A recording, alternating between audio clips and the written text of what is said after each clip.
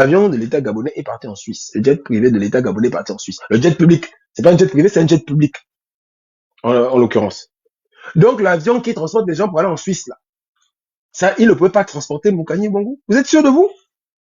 Vous êtes sûr? Parce qu'à partir du moment où il rentre à El Rapa, c'est un ancien ministre. C'est un ancien ministre. L'information a circulé forcément. Même pas quelqu'un qui a pu dire non. Ça, c'est pas bon.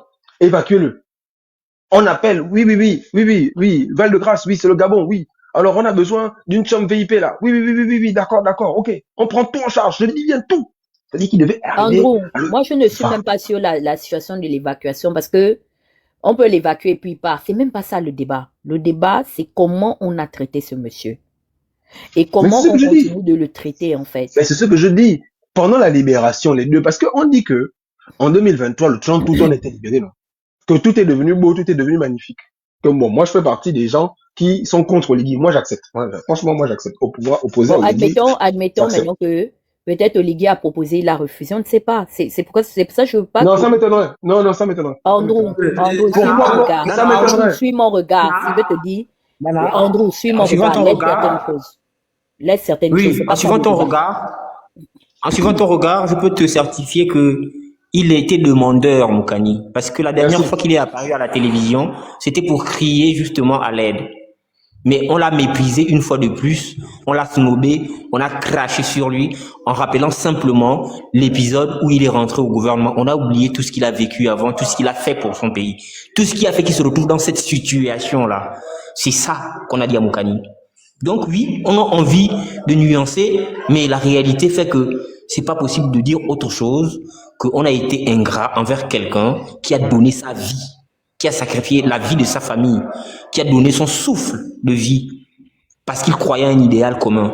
Et cet idéal-là, on a été les premiers, nous-mêmes, à le crucifier parce qu'il s'est comporté comme il s'est comporté. Il a été faible, mais il a été faible à un moment du combat. Pourquoi? Il a été faible parce que nous, pour qui il s'est battu.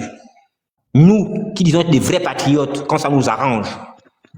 Aujourd'hui, on vous a nommé un Sénégalais à la tête de l'Assemblée nationale. J'ai vu qu'il y avait une guerre pour les Béninois, pour les autres, les machins et tout. Je veux entendre des gens parler de ça. Nous dire que, mais attends, c'est pas la Légion étrangère qu'on nous a dit de chasser d'ici là. Vous avez fait une constitution de merde où vous avez pris des résolutions, on vous a interpellé sur ces sujets. Maintenant que vous êtes le roi de celui que vous avez fait roi du Gabon et en train de reproduire les mêmes choses, les mêmes travers, j'aurais voulu entendre qu'il y ait des lives sur live pour rappeler à ces derniers que tu es en train de trahir l'esprit de ta constitution. Mais Moukani, lui, on lui a rappelé alors qu'il était à côté de la porte de la mort. On a vite fait de le lui rappeler parce que c'est facile. Lui, il ne peut pas faire des représailles à qui que ce soit.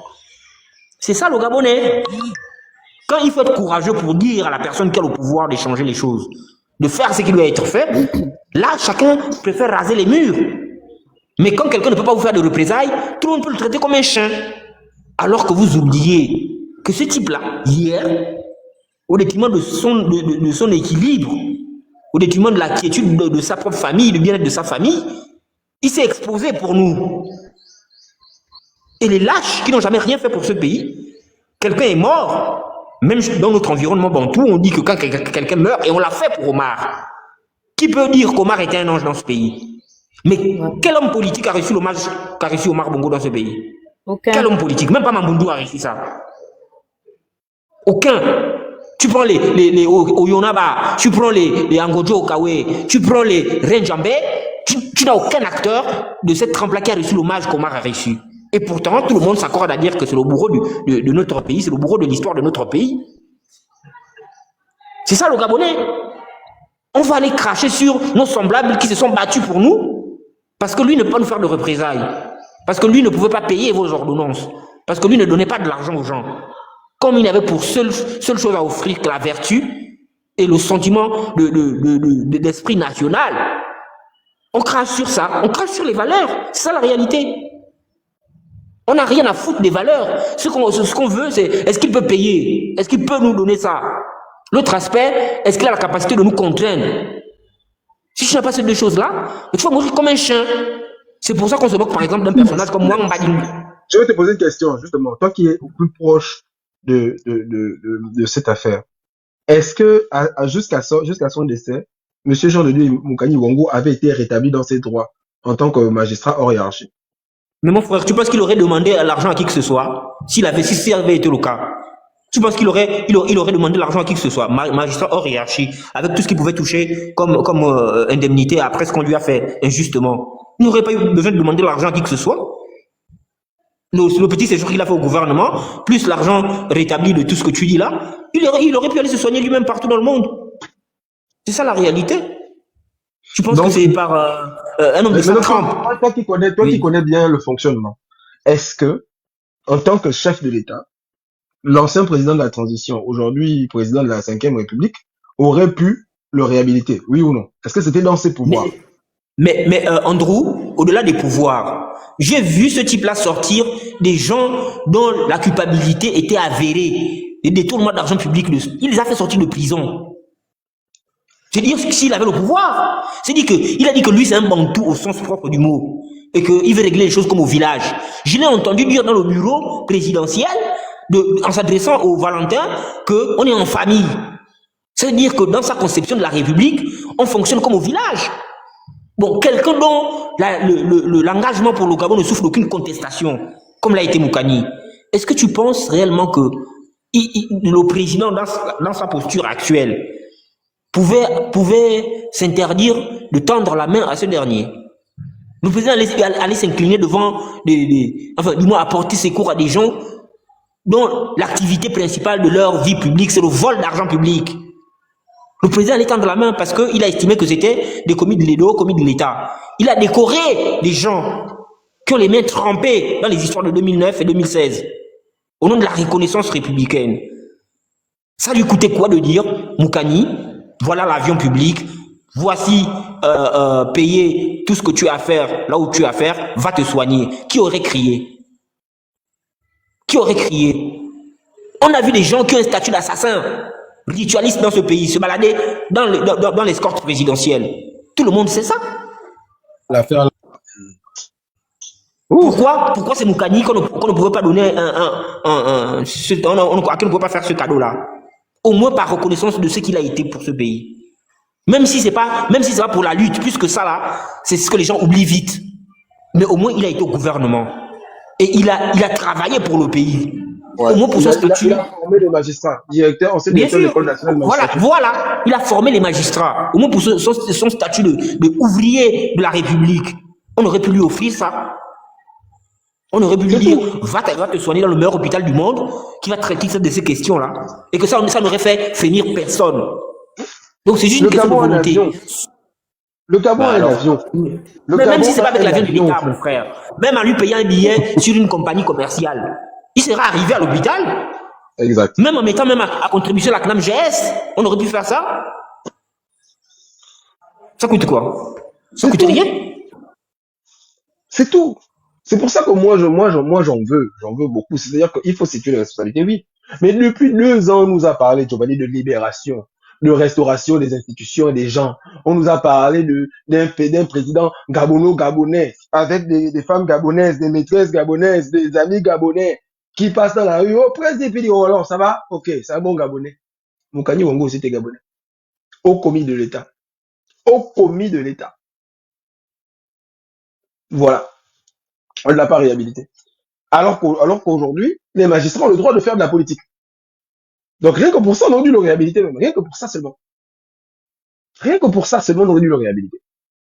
Mais comme on a vu les autres magistrats là être réhabilités, non? Suspendus puis réhabilités, non? Renommés à des postes de responsabilité.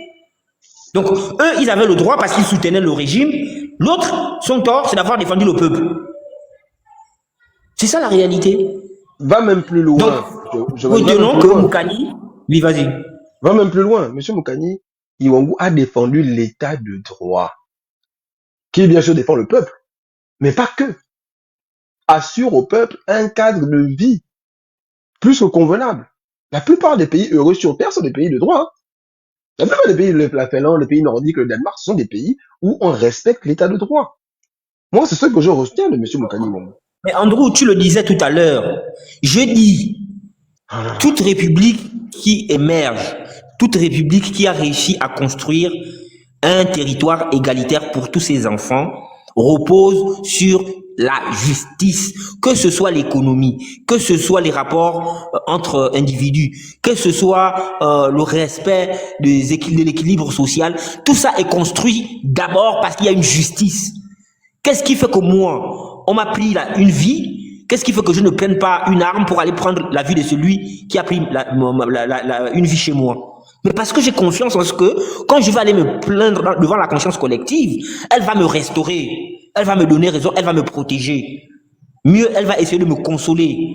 C'est ça qui fait que je ne veux pas réveiller mon animosité.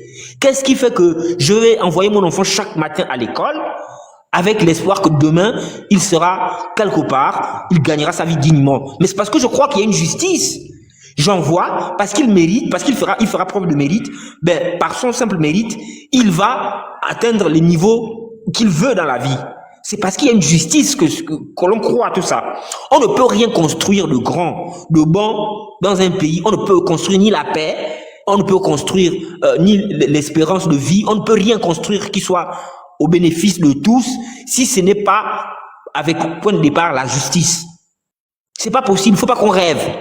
On ne peut pas avoir une économie forte s'il n'y a pas une justice. Un investisseur ne vient pas investir dans une zone où c'est le flou artistique, où on sait que n'importe qui peut prendre son téléphone pour dire n'importe quoi à un juge et le juge va suivre les instructions. Donc s'il n'y a pas de justice, il n'y aura rien. Il n'y a pas de démocratie, il n'y aura rien. Il n'y a pas d'investissement, il n'y a pas de développement, il n'y a rien. Il ne faut pas qu'on se mente. C'est la justice qui est le centre de l'équilibre d'une république. C'est la justice. S'il n'y a pas tout ça, on n'a rien. Et tant qu'on va continuer à jouer comme ça, ben on n'aura que des investisseurs bandits et on va toujours se retrouver avec ce qu'on voit là, où des gens peuvent rentrer avec des noms d'emprunt dans une banque ou au trésor public sortir l'argent au détriment du plus grand nombre. Parce qu'il n'y a pas de justice. On est dans un procès où celui qui est juge est censé connaître les principes, est censé connaître les règles, est censé maîtriser le sujet pour lequel il est appelé à juger. Mais c'est le prévenu qui est en train de lui rappeler que, mais la question là, c'est pas moi que tu dois la poser, mais c'est plutôt un tel. Est-ce que vous trouvez ça normal? Et ça amuse tout le monde, on croit qu'on n'est pas sérieux. C'est-à-dire que moi, expert en problème, en justice financière ou tout ce que tu veux, économique et tout, je suis dans un procès en référence à mon sujet. C'est-à-dire que c'est le prévenu qui m'oriente comment je dois, moi, mener mon enquête. Ça, il te dit même que votre enquête a été mal menée si c'est maintenant à moi que vous posez ce type de questions. Parce que voilà mon niveau de responsabilité. Et à mon niveau de responsabilité, voici la nature des questions qu'on doit m'adresser. Aussi simple que ça, en fait. On n'a pas besoin d'avoir été à Harvard pour comprendre ça. Et ça les amuse eux-mêmes.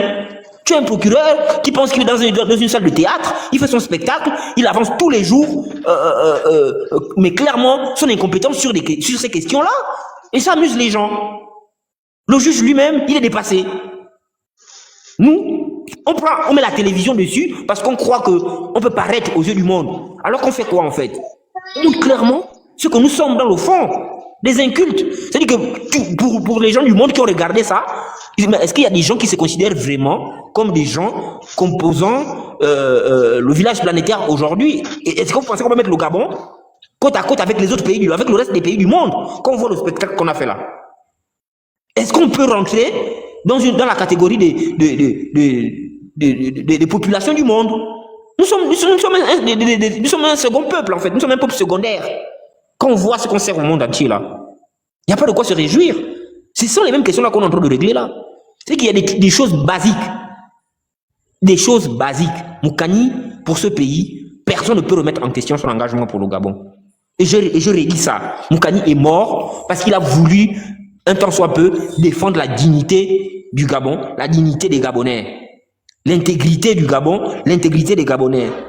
C'est ça qui a fait qu'on empoisonne Moukani. C'est pas la femme de quelqu'un, c'est pas parce qu'il allait prendre la femme de quelqu'un qu'il a empoisonné.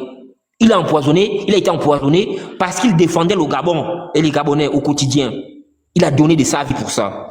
Donc, la petite faiblesse qu'il a eue dans son parcours ne peut pas remettre en question cette réalité-là. Il faut qu'on intègre ça. Et qu'on s'incline simplement, au lieu de venir faire des commentaires déplacés, où on veut nous faire croire qu'il y a eu mieux que lui dans cette période-là. Il n'y a pas eu un meilleur acteur que lui. Que ce soit en termes de production intellectuelle, en termes de stratégie à l'intérieur de l'opposition, en termes de structuration de l'opposition, il n'y a pas eu mieux que lui. Et donc si nous, peuple, on n'a pas fait de lui le leader entre 2009 et 2016, on doit la fermer. Parce que c'est le seul, en termes d'intégrité, qui en a donné, en termes de valeur intrinsèque, en termes d'intelligence, en termes de maîtrise du débat. Parce que moi, j'ai eu l'occasion de m'asseoir avec beaucoup de papas là. Ça ne vole pas haut. C'est des postures parce qu'il y a l'argent, parce qu'ils ont un vécu. Mais si tu dis que sur telle question, asseyons-nous, parlons un peu, on peut orienter le pays comment? Ils ne sont pas trois capables de te sortir quelque chose de constructif, de lisible. Tu pouvais prendre Casimir Oyemba, tu prenais Divungi, mais après, nécessairement, tu cherches non ça, parce qu'il y avait de la matière, il y a de la matière aussi de ce côté-là.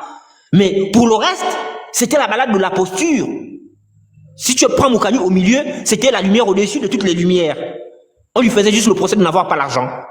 Parce que les gens, pour qu'ils viennent à tes manifestations, il fallait payer. Et ça, Moukani n'avait pas la capacité de le faire.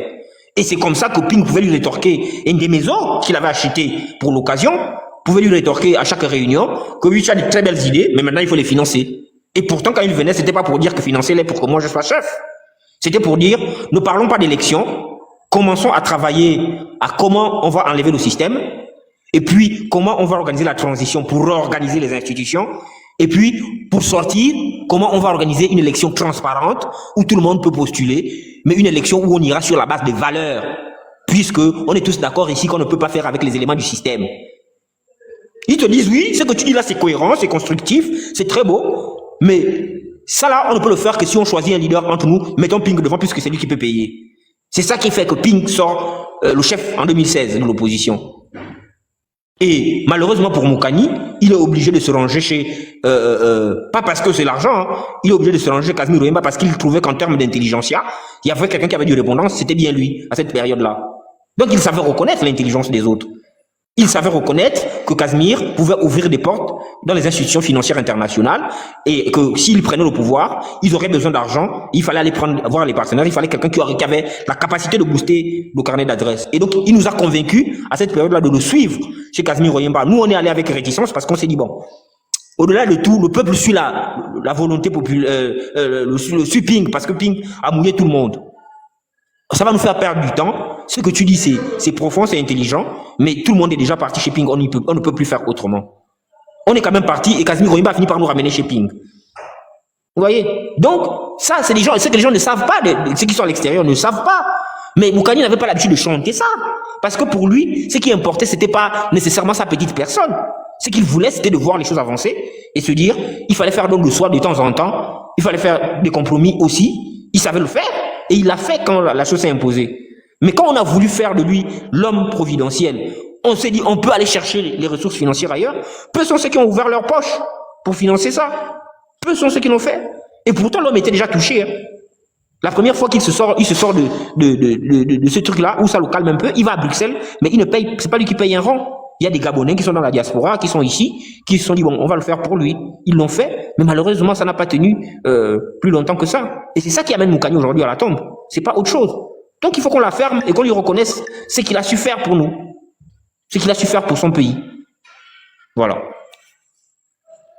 Moi, je crois que l'idéal serait que sa famille politique engage des échanges avec le gouvernement en place. C'est-à-dire que à un moment donné, il faut restaurer les faits dans leur contexte. Parler de lui, c'est bien, mais agir dans le sens de préserver au moins son intégrité à titre posthume, c'est mieux.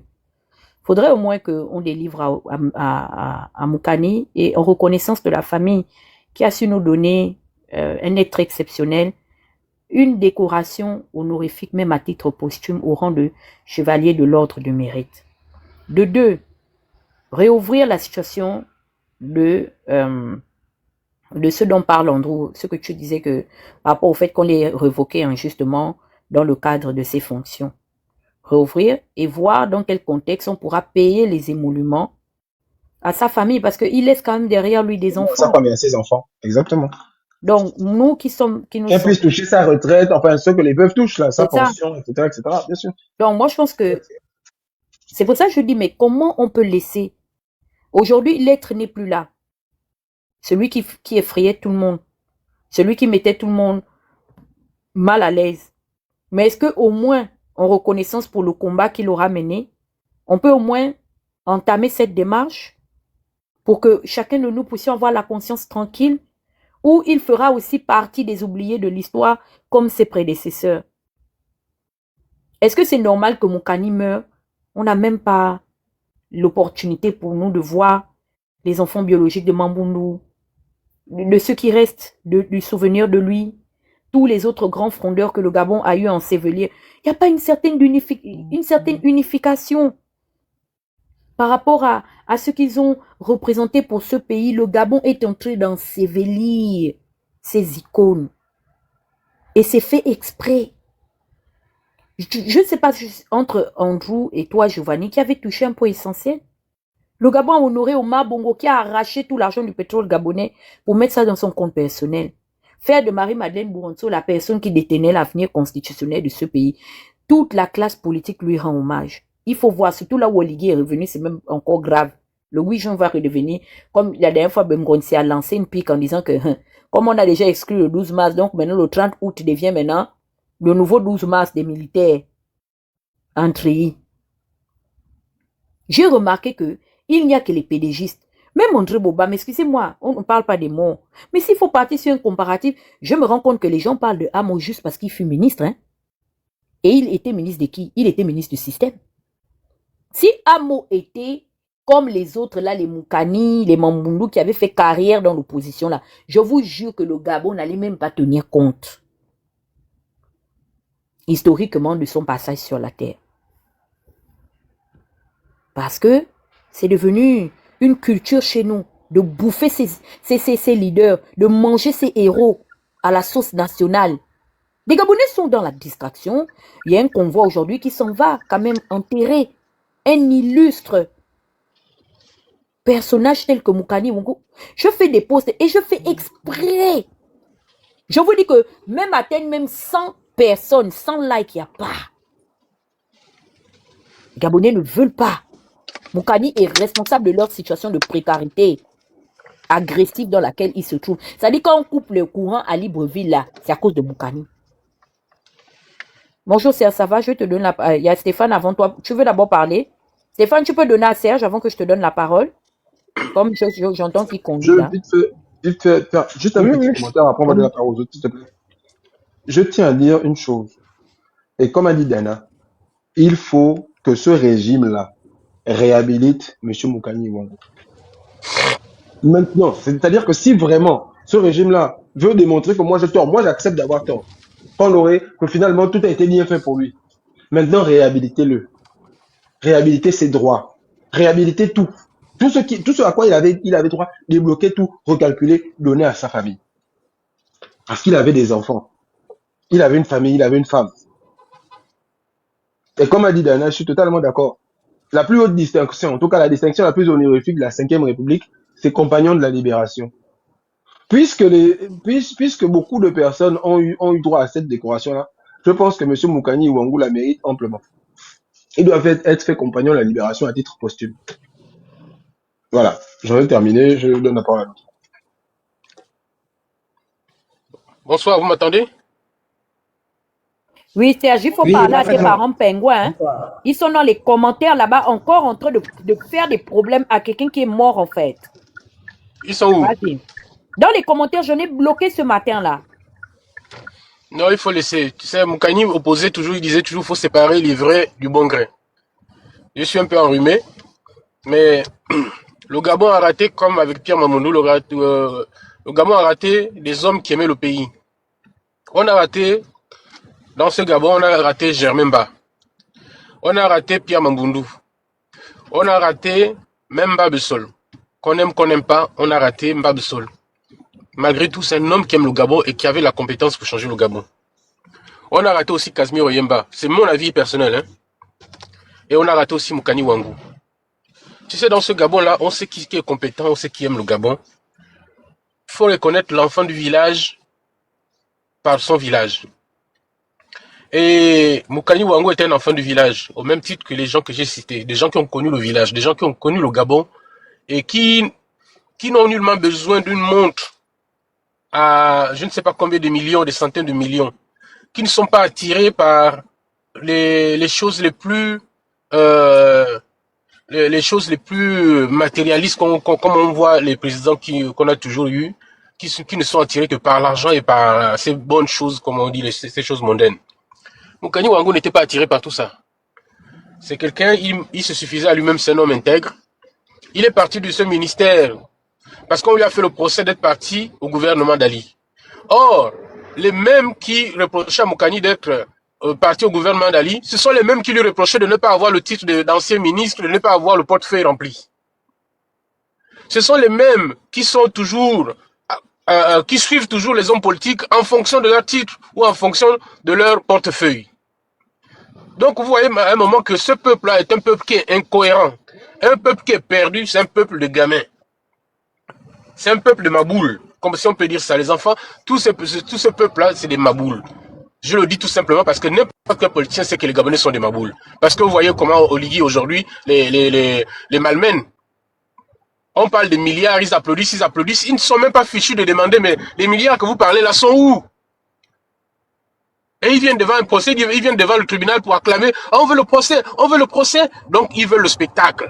On leur offre un spectacle judiciaire et ils sont contents, ils rentrent chez eux. Vous savez, ils ont tourné la page là, ils sont passés à autre chose. C'est toi qui as écrit sur une publication que quand même c'est le père des Idungue. C'est compliqué. Donc, des gens comme Mekamba, ils sont passés à autre chose. Ils ont fini de faire l'actualité sur le procès, ils sont passés à autre chose. Donc, si vous êtes un politicien véreux, vous devenez une star au Gabon, vous pouvez même gagner une élection. Mais si vous êtes un politicien honnête, vous ne pouvez pas gagner au Gabon. Pourquoi? Parce que vous ne pouvez pas utiliser les méthodes de mabouliser, excusez-moi du terme, de mabouliser le peuple, de tromper le peuple, de mentir au peuple pour pouvoir tirer la botte vert du nez. Les gens comme Jean Ping a utilisé les mêmes méthodes du PDG. Vous aurez la victoire, on a le carnet d'adresse, on a ceci, on a cela. Mais Moukani Ouangou ne pouvait pas proposer ça aux Gabonais, ne pouvait pas mentir aux Gabonais, sachant qu'il n'a aucun carnet d'adresse et il va juste mentir au peuple. Ce n'était pas dans son usage de poser ce genre d'actes. Donc, être intègre au Gabon, je ne sais pas si c'est peine perdue, mais c'est un choix personnel. Soit on accepte d'être intègre ou on accepte d'être un voyou politique au Gabon. Et si vous êtes un voyou politique au Gabon, le peuple vous aimera. Le peuple vous aimera toujours si vous êtes un voyou politique, je vous le dis clairement. L'époque où les Gabonais réfléchissaient encore, l'époque de Mbaba Sol, l'époque de Pierre Mamundou, cette époque-là est révolue. On a en face un peuple qui est dans la survie. Et lorsque quelqu'un est dans la survie, il use de toutes les méthodes pour survivre. Et donc, le peuple ne comprend que le langage de survie, donc le langage d'escroquerie, de la roubladise. Et c'est comme ça que ce peuple-là fonctionne. Parce que ce peuple est malade et il s'ignore qu'il est malade. C'est un peuple qui refuse de se poser des questions de fond. C'est un peuple qui aime surfer sur la forme. On fait un procès, c'est juste pour la forme. Mais on rentre pas dans le fond. Qui a signé ces détournements? Qui a signé ces décaissements? On ne veut pas savoir tout ça. On veut juste que le procureur nous dise tel a volé 4 milliards, on applaudit. Oh, le tribunal était devenu même un théâtre. Il parle, on applaudit, oh, jusqu'à ce que lui-même, à un moment, se lève, il dit arrêtez d'applaudir, on n'est pas au théâtre. Donc vous voyez, Pierre Mamundou disait qu'il faut avoir l'intelligence des situations. Moukani Ouangou, je suis heureux d'avoir été loyal avec lui. Je suis heureux de ne pas, malgré le fait que lorsqu'il est rentré comme ministre, nous ne sommes pas séparés, mais j'ai dit que je ne soutenais pas cette aventure.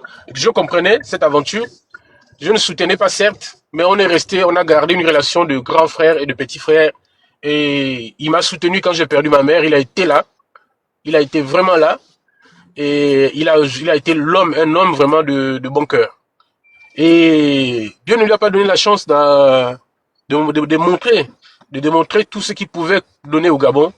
Et son passage au ministère de l'enseignement.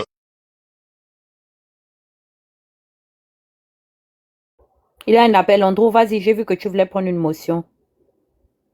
En fait, ce que je veux dire comme par rapport à ce que je disais, c'est que dans ce pays, si le Gabon, on a un problème.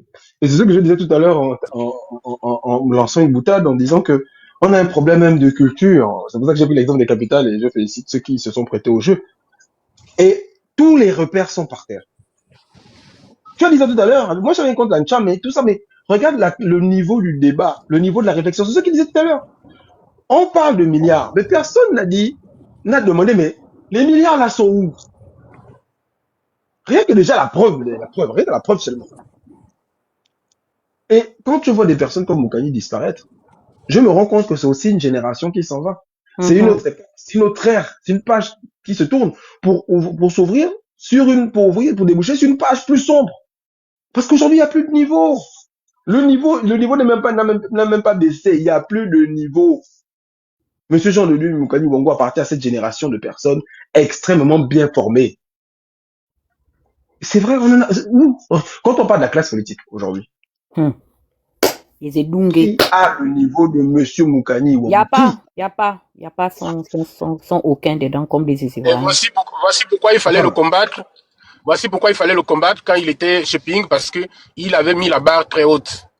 Alors que eux, ils voulaient faire une campagne de terre à terre, où on marchait dans la boue, et on tombait, on glissait, et puis on rigolait comme des enfants. C'était ça leur objectif. Alors, Moukani Ouangou a avisé que le combat qu'on veut mener là demande plus de sérieux. Demande plus de sérieux, et la communauté internationale nous regarde en nous demandant ce sérieux-là. Je vais vous dire même, vous savez, je pense qu'il est né, Moukani Ouangou est venu un peu trop vite dans le combat. J'ai dit ça, il a été en avance sur son temps, dire que la constellation l'a fait changer de dynamique de génération, en fait. Voilà. C'est un progrès. Je vais vous dire une chose. Vous savez, le combat que Moukani Ouangou avait vu les résolutions de l'Union européenne sur les élections de 2016. Il a compris textuellement ce que l'Union européenne, que Jean Ping disait qu'il a le carnet d'adresse voulait. Il s'était marqué dessus qu'il est préférable à l'heure actuelle. Ali Bongo ne pourra pas lâcher le pouvoir, mais il est préférable de mener un dialogue intensif avec le régime, entre l'opposition et le pouvoir. Donc Moukani Ouangou s'est servi de ça pour proposer un plan de sortie de crise. Mais ce plan de sortie de crise a été combattu par les gens de Jean Ping à mort. Mais même les barreaux chambrés, quand ils ont lu le plan de sortie de crise, ils ont dit oui, ce plan-là, il est bien. Oui. Je vais même te donner un détail. C'est peut-être parce qu'on vieillit maintenant, on oublie. L'histoire qui m'avait collé, que moi j'ai une secte avec Moukani et moi, il m'avait pris à cheval dans une chambre d'hôtel. C'était à cause de quoi? Parce que justement, à cette époque-là, moi je soutiens justement son initiative de proposition de sortie de crise. Tu vois un peu? C'est comme ça qu'ils étaient. La violence qu'ils avaient amenée. Oui. Donc, je vais vous détailler quelques éléments du plan de crise. Ping a passé toute sa vie à régler les sorties de crise politique avec presque la même solution, un gouvernement d'union nationale, des élections reprogrammées et une commission électorale révisée, tous ces éléments-là. Moukani Ouangou a presque proposé tout ce que Jean Ping a fait toute sa vie. Jean Ping avait fait une proposition de sortie de crise à Madagascar à l'époque, qui a abouti à des élections plus apaisées plus tard et à l'élection du premier président démocratiquement élu à Madagascar, quand il était diplomate, quand il était à la commission de l'Union africaine. Mais lui, il a refusé les mêmes choses. Mais Moukani Ouangou avait dit, Jean Ping, il n'y a pas d'autre solution. Tu veux gouverner un peu, profitons de la faiblesse du régime qui n'a pas de légitimité et qui a plutôt la légalité. On peut te mettre vice-président avec des pouvoirs. Avec certains pouvoirs, c'est des négociations. Aujourd'hui, Ali est à terre, il est capable de les accepter. Ils n'ont pas accepté. Mais qu'est-ce qui s'est passé un an et demi après? Ali Bongo a eu un AVC. Mais si Ping était vice-président, est-ce que vous pensez que les Black Boys seraient devenus le tout-puissant, sachant que Ping, au moins la moitié des ministres étaient à lui? Peut-être qu'il avait le ministère de l'Intérieur, Ali Bongo prenait la défense. Est-ce que vous voyez la vision? Il avait déjà une vision. Parce que chacun a la vision, mais vous savez qu'au Gabon, on combat les gens qui ont de la vision. Donc lui, quand il avait dit ça, il savait que Ping n'allait jamais devenir, jamais devenir président. On le savait tous. Il faisait que mentir à ses fans, et comme les Gabonais sont édougués, ils croyaient que Ping allait devenir président on ne sait même pas par quel mécanisme. Les gens rêvaient comme ça debout. Et c'était des adultes qui avaient des cheveux blancs, des poils blancs, qui rêvaient debout. Que non Ping va devenir président, alors que la Cour constitutionnelle a déjà proclamé. L'Union européenne, l'Union africaine a déjà reconnu Ali. Ali se voyage partout. Il était même à l'ONU en septembre, juste après le coup d'état électoral. Et il continue à rêver que Ping va prendre le pouvoir, les Jules Mekam, là, que vous voyez les rigolos de Jules Mekam, continue à faire rêver aux populations que, ah, Jean Ping reçoit les ambassadeurs, Jean Ping reçoit les hommes, tous les jours, il reçoit les gens, ils sont en train de préparer, c'est bon, on va passer à autre chose, le Mouketou, le docteur Mouketou, un docteur comme ça. Il faisait rêver les populations en disant, oui, vous allez voir, Ping va arriver au pouvoir, là. Mais, et donc, vous voyez que même le niveau des gens qui sont censés avoir des diplômes se comportent toujours comme des enfants lorsqu'ils ont été achetés politiquement. Parce que Ping a acheté tout le monde. La même chose qu'Oligui a fait aujourd'hui. C'est ce que Ping avait fait. Hein. Il a mouillé tout le monde. Tous ceux qui le soutenaient avaient automatiquement un lien financier avec lui. Et voilà, c'est comme ça que, 1 an et demi après, Ali Bongo tombe à un AVC. Mais vous pensez que dans cette situation, l'AVC là, vous avez vu que Mangangou Savo était l'homme clé. Il était vice-président. Mais si c'est Jean-Ping qui était vice-président, Mangangou Savo n'a même pas était vice-président sans pouvoir. Or, la sortie de crise de Moukani que Moukani proposait, c'est que Jean-Ping qui a dit non. Ali n'avait pas dit non. Et c'est un partage de pouvoir avec Jean-Ping aurait peut-être eu 10 ministres, 10 ministères. Ali aurait eu des ministères. Il serait vice-président avec un pouvoir de nomination limité. Ali aussi avec son pouvoir de nomination limité. Et ainsi de suite. Peut-être Ali nommait le gouverneur, Ping nommait les préfets. Mais il a refusé. Mais qu'est-ce qui s'est passé quand il a eu l'AVC? Mais Ping s'est retrouvé sans aucun moyen de réclamer sa victoire. Ce sont les Black Boys et tout le reste. On a vu ce que c'est devenu avec les Sylvia Bongo qui sont arrivés au pouvoir, les Noureddin. Voyez, donc il avait de la vision, il était toujours en avance. Et c'est la politique, c'est toujours se mettre en avance et se dire qu'est-ce qui va se passer demain. Mais si Jean-Ping le sait au fond de lui, s'il avait accepté, jamais les Blancs seraient arrivés au pouvoir. Parce que à partir de ce moment, on aurait dit, bon, il y a déjà un vice-président. En plus, il a été élu, ben, il va continuer le mandat d'Ali jusqu'à sa fin. Et voilà comment Jean-Ping aurait pu gouverner le Gabon jusqu'à la fin de son mandat. Je te permets que je te coupe un peu la parole. Oui, vas-y. Ping n'a jamais eu l'intention de gouverner quoi que ce soit. Ça, c'est d'abord le premier fait. De deux, à l'ouverture un peu de ce procès, et au vu et au découvert de ce qui se dit, j'ai compris quelque chose de profond et de subtil. J'ai compris que la classe politique gabonaise n'a aucun projet de gouvernance. Eux, en fait, lorsqu'ils se mettent en face du système, en particulier par la main du régime, c'est parce que, en fait, le système ne les alimente plus. Le système a créé un pouvoir dans le pouvoir. Et ceux qui sont dans le pouvoir, parce que le pouvoir, c'est ceux qui l'incarnent officiellement. Mais il y a un autre pouvoir qui est assis, tapis dans les arcanes. Et c'est eux, en fait, qui organisent la gestion de ce pouvoir-là. Les marionnettistes, là, eux, ils se fâchent quand le système refuse de les alimenter par la main du régime. Donc, ce n'était dans aucun intérêt véritable de venir gouverner, puisqu'ils mangent comme s'ils gouvernaient. Quand tu découvres que des soi-disant collaborateurs proches d'un chef d'État se font gracieusement et savamment payer à la devise du milliard à minima comme action de récompense et de faveur parce que soi-disant ils ont bien travaillé. Tu penses que ces gens-là ont encore besoin même du titre de gouvernance? Non! Ils ont juste besoin que leur paiement mensuel comme un salaire puisse passer chaque fin du mois. Et quand le paiement ne passe plus, c'est là où on revient maintenant galvaniser et exploiter la misère et la souffrance des populations qu'on entretient méticuleusement et sournoisement dans les arcanes du pouvoir. C'est là où j'ai compris en fait que c'est le pouvoir pour le pouvoir et par le pouvoir. Donc Ping n'a pas besoin de venir à la tête de la présidence de la République. Il a besoin de voir l'argent des puits de pétrole qu'il a donné gratuitement et savamment au Bateke qui gouvernait, passer chaque fin de mois. Et c'est ce que Ping a dit quand il prend la parole en 2014. Il dit, si les Bongos veulent m'emmerder, moi aussi je vais les emmerder. Ça, c'était le slogan de Ping. C'est ce qu'il dit. C'est ce qu'il dit. Il n'a pas exactement. dit non. Et le peuple souffre. Non, exact. Le peuple est dans la misère. C'est ce qu'il a dit. Il a dit qu'on empêchait ses enfants. On a empêché ses enfants de faire des affaires. Merci. Mais Dana, va reprendre les déclarations de tous ceux qui sont sortis du PDG après Omar. Et tu vas te rendre compte que, en fait, leur motivation est fondée sur la frustration.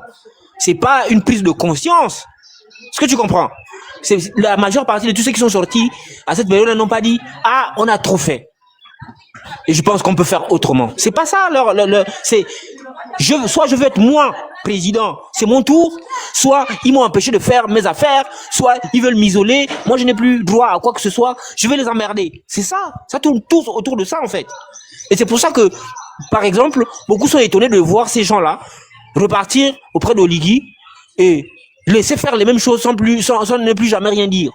Moi, particulièrement, je ne suis pas surpris parce que quand tu analyses ce qui a fait qu'il soit mis de côté avec Ali ou sorti du régime, tu comprends que ça ne pouvait pas être autre chose que le fait d'avoir perdu leurs privilèges.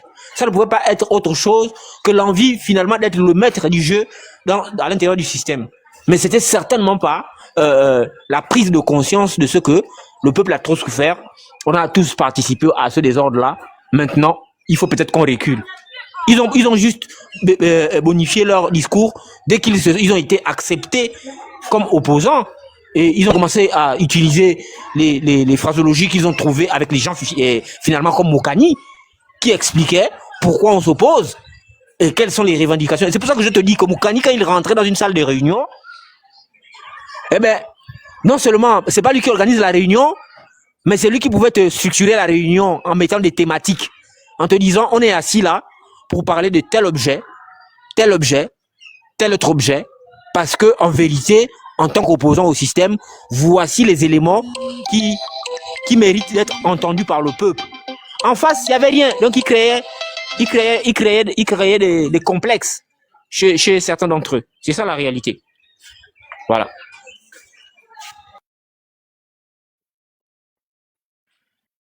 Désolé, Serge, oui, vas-y, Stéphane. Comme Serge est parti, va remonter, vas-y. Ok, merci beaucoup. Déjà, bonsoir à tous. Une des choses que on comprend au fil des années, c'est que les Gabonais demandent toujours à nos hommes politiques d'être intègres. Mais on n'apporte pas et on n'élève pas ces personnes qui sont intègres. Parce que la même personne qu'on demande d'être intègre, d'être honnête, c'est la même personne qu'on demande de nous fournir de l'argent pour aller acheter des t-shirts ou l'argent pour aller faire des affiches.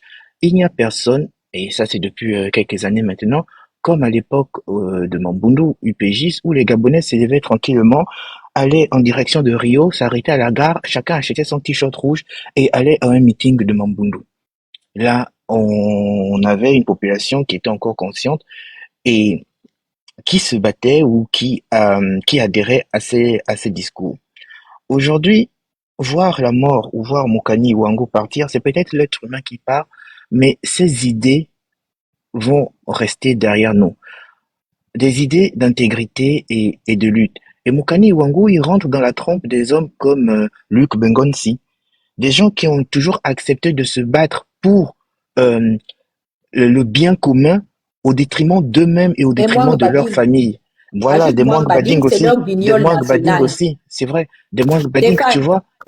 Tu m'entends? Je disais que ajoute Papa Mwang Bading. Tu n'as pas vu que c'est le guignol c'est le grand-père des Gabonais. Quand ils veulent faire mousser leur page, ils n'ont pas de sujet à traiter. On sort une capsule, l'une de ces interventions. Non, mais le papa là, mais le problème, tu entends ce qu'ils retiennent de lui, Danas, hein? Le vieux là, il est toujours comme un buveur de Moussungu. C'est-à-dire que de tout ce qu'il peut dire, on retient jusqu'à l'attitude d'un buveur de Moussungu. Au-delà de tout ce que les Gabonais vont dire sur Mwang Bading, moi Bading a formé beaucoup de Gabonais dans ce pays. C'est un grand professeur en philosophie et les gens ont parfois une intelligence arrêtée et ne peuvent pas comprendre ce que dit Mwang Bading. Il faut suivre, il faut lire à travers les lignes de Mwang Bading. On peut dire tout ce qu'on veut, on peut détester cette personne, mais cette personne s'est toujours battue pour un idéal aussi commun pour le Gabon. Au Gabon, si tu n'es rien, si tu n'as pas d'argent, la politique, elle sera dure pour toi.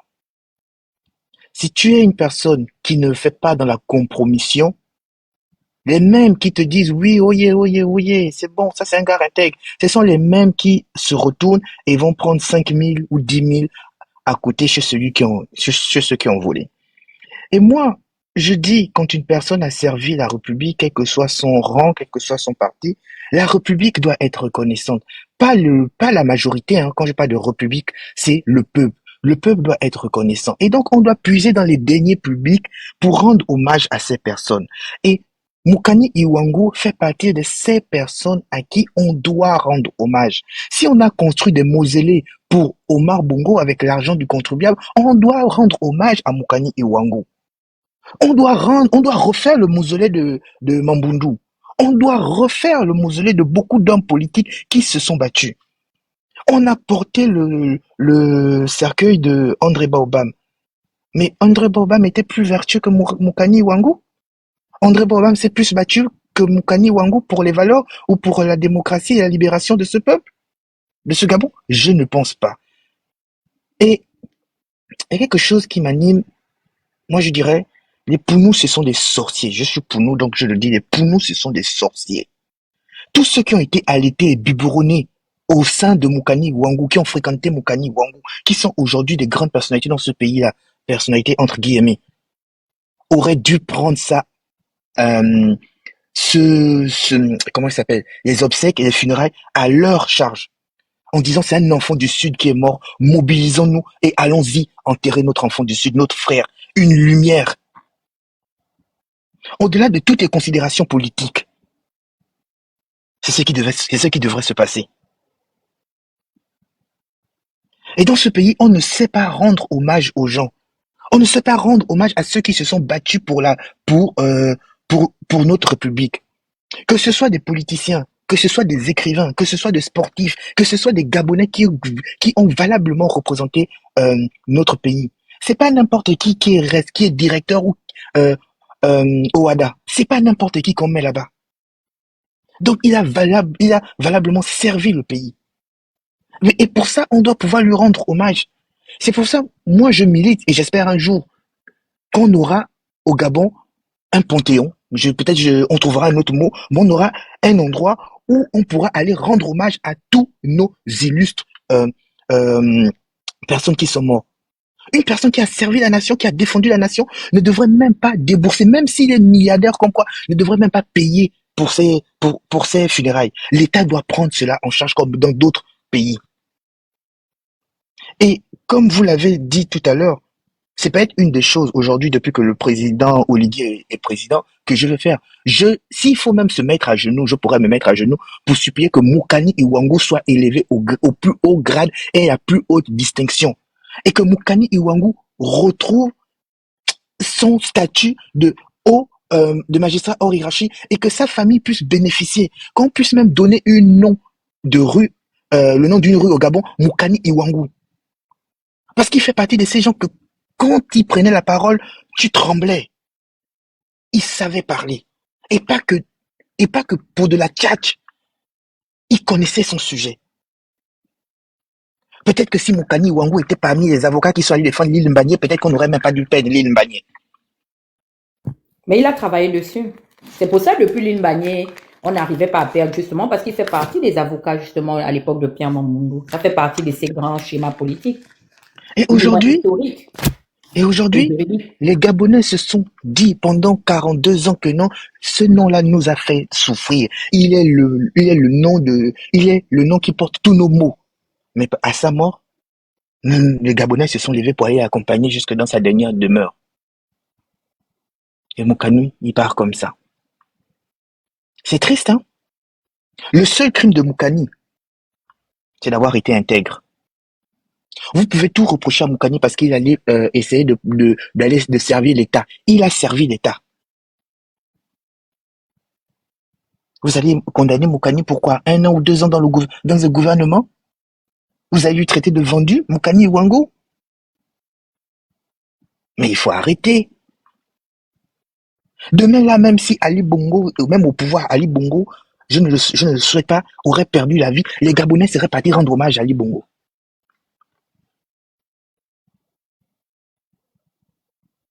Tous les voleurs de la République, nous sommes derrière eux. Quand je vois encore aujourd'hui des gens qui n'ont même pas le quart de la compétence de, du professeur Ondosa, après son discours, des Gabonais sont en train de l'attaquer et dire « Oh non, tu es jaloux ». Il va être jaloux de qui quand on parle de matière économique dans ce pays?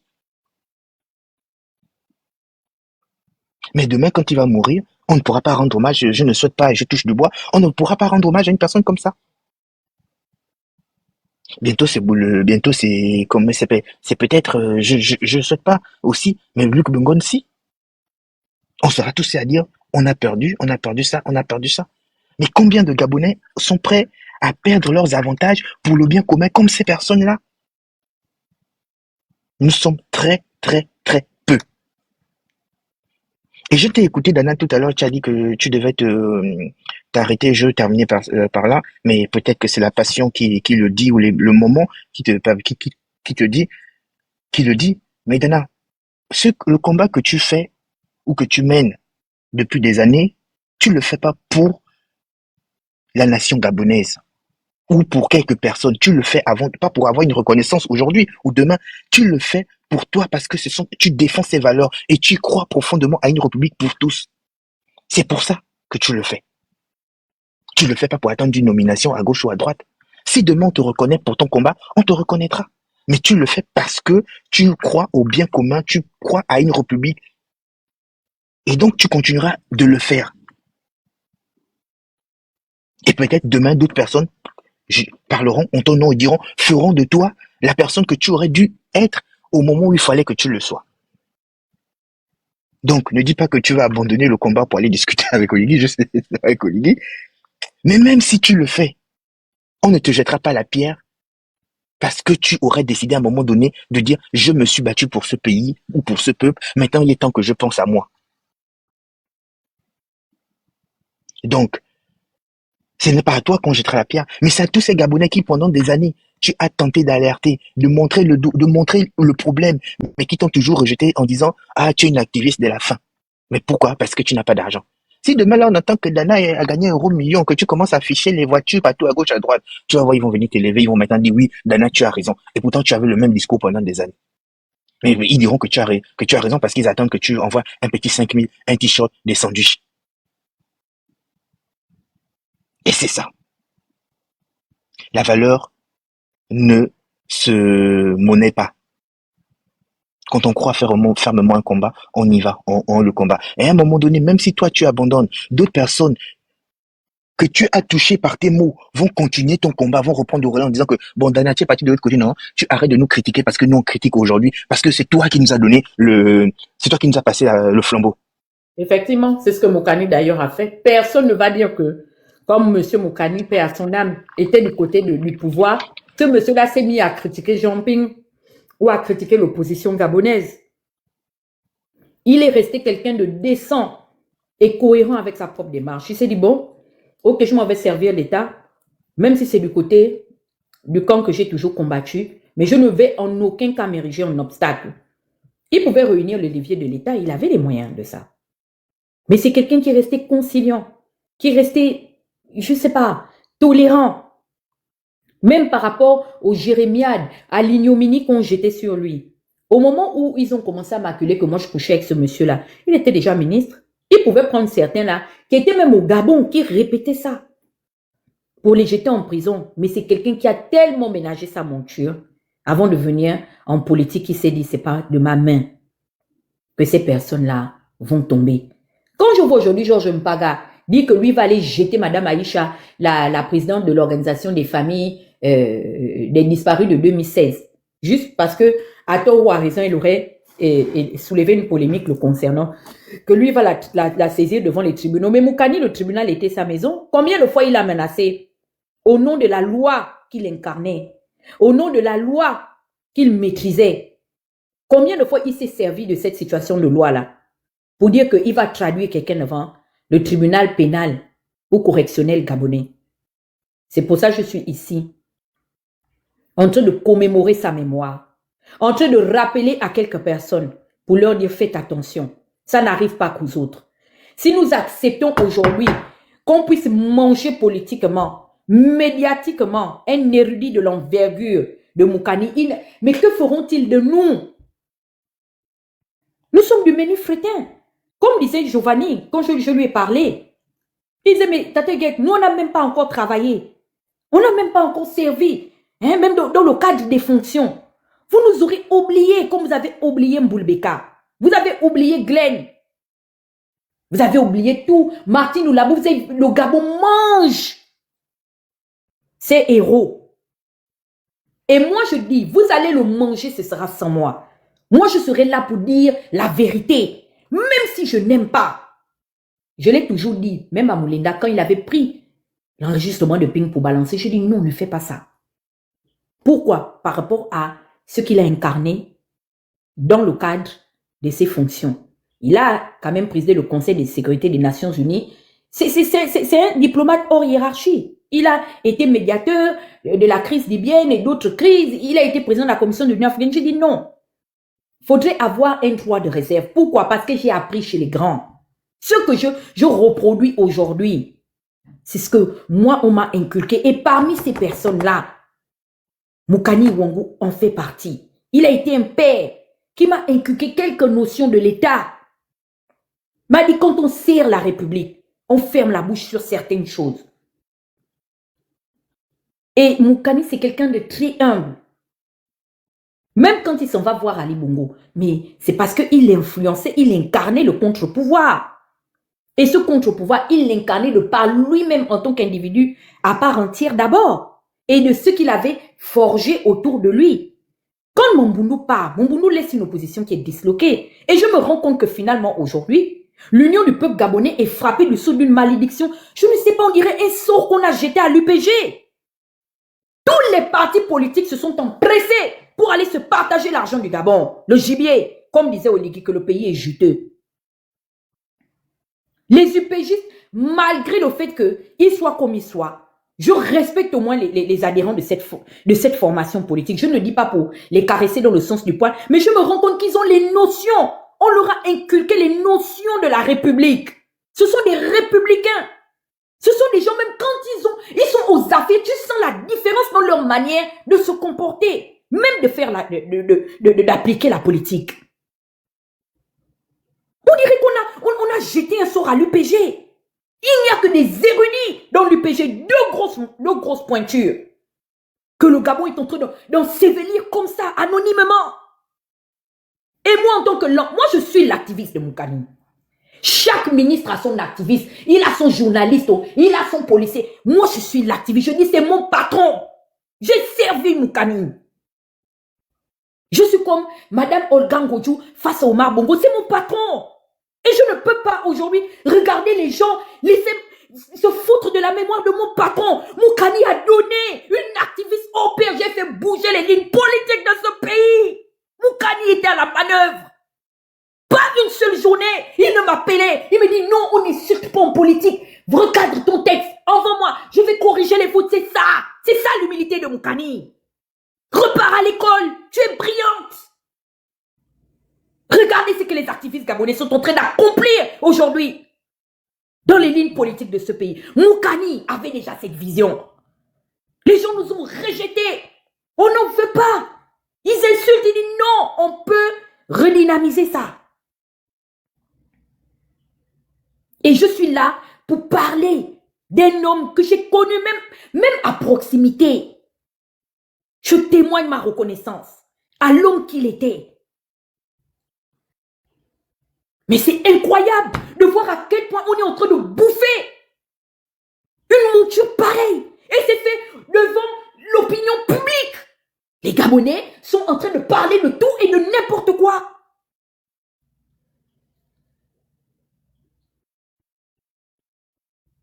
Il nous a appris ce qu'est la solidarité, Mokani. Il nous a appris ce que c'est le véritable pardon, le don de soi. Il nous a démontré que, opposition majorité, à la fin de la journée, nous restons d'abord des Gabonais dans l'ensemble. Il nous a prêché l'espoir. Ce n'était pas un va-t-en-guerre. Et ce que je suis en train de retranscrire, ce n'est que le témoignage de l'homme qu'il a été. C'était un homme de paix.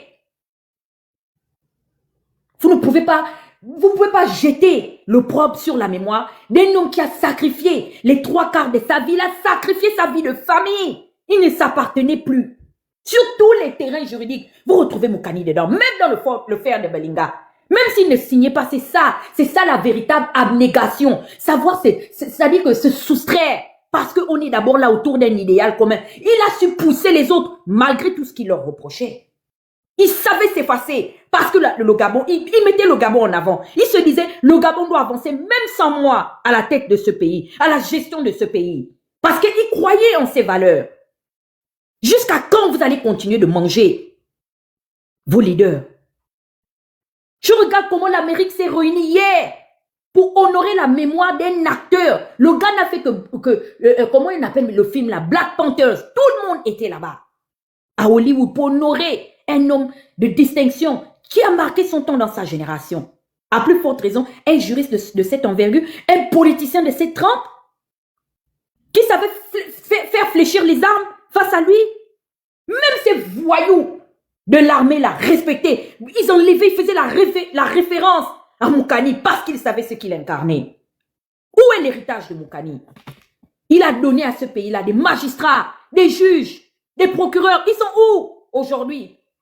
Où est l'oraison funèbre du Haut Conseil de la magistrature suprême? Madame, la directrice générale de l'agence judiciaire de l'État, Diane Moussunda, ils sont où? Vous êtes empressés d'aller dans le domicile d'Ali Bongo. Un des vôtres est mort. Moukani n'est pas seulement un politicien. Moukani, c'est d'abord un homme de loi, un homme de droit. Qu'est-ce qu'on garde de lui? Comment allez-vous célébrer ses mémoires? Pourquoi vous êtes autant muet? Pourquoi le Gabon ne célèbre pas au nom de ce qu'il a apporté à ce pays? Même Oligui est allé quand même s'incliner, reconnaître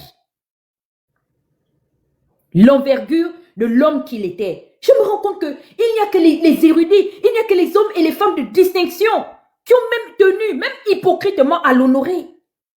Mais ce peuple qu'il a aimé, qu'il a chéri, à qui il a dédié sa vie, dédicacé sa jeunesse, son temps, et même sa profession, n'a pas été laissé en marge de ça, pour le punir de son engagement. Ils sont où? Où est ce peuple gabonais? Les Gabonais sont où? Les frères idéologiques, Pierre Mamboundou, oui, Mamboundou est parti. Mais Moukani est resté à tenir la maison. Moukani prend une opposition qui n'avait espérance en rien. Moukani croit en l'opposition. Et il se rend compte que cette opposition est dans la léthargie. Mais indescriptible, c'est Moukani qui met en place le mécanisme qui attire l'activisme. Et quand il voit cette alternative, il dit ça, c'est un signe qui pourra raviver la flamme. La réconciliation entre les classes. La politique face à la population, à la société. Ça, c'est Moukani qui a fait le son.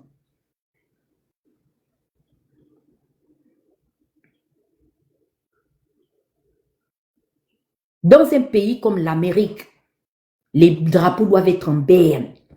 Un fils qui a honoré les couleurs du Gabon est mort.